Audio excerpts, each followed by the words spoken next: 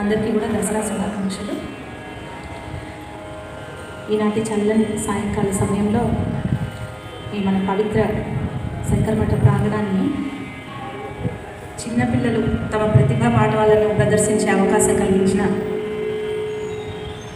మఠ పెద్దలకు ఇచ్చేసిన అందరికీ కూడా ఎంతో ధన్యవాదాలు. వారిని మనం ప్రోత్సహించి ఆశీర్వదించాలి. చివరి దాకా కూడా ఓపికగా ఉండి అన్ని కార్యక్రమాలు చూసి వెళ్ళాలి. మొదటగా వీళ్ళు సంగీత సాధన అనే సంస్థ మోతినగర్ శిష్యులు.